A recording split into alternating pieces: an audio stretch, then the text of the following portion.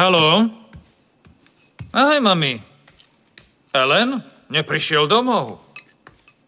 Máš pravdu. Boli sme vtipní. Len prehnane reagoval.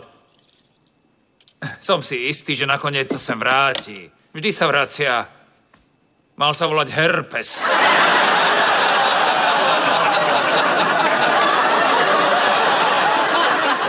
Áno, tiež by mi to napadlo včera. Zatiaľ sa maj. Tak čo budeme dnes robiť? Nespýtaš sa na svojho otca? Čo je s ním? My sme neboli na tej istej oslave včera večer.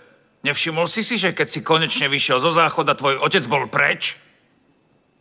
Teraz, keď to spomínaš...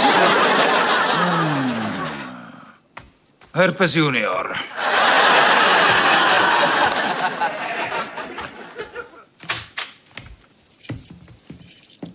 No, a kto je späť?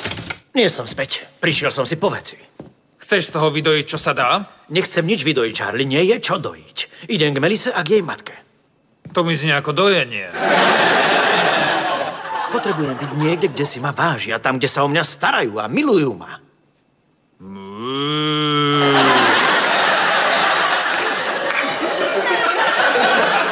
Ty ma neberieš vážne však? No tak, Ellen. Ty nikam nepôjdeš. Ty to vieš, ja to viem. Čajky, ktoré mi vonku kadia na terasu, to vedia. Myslíš, že sa vráti? Áno.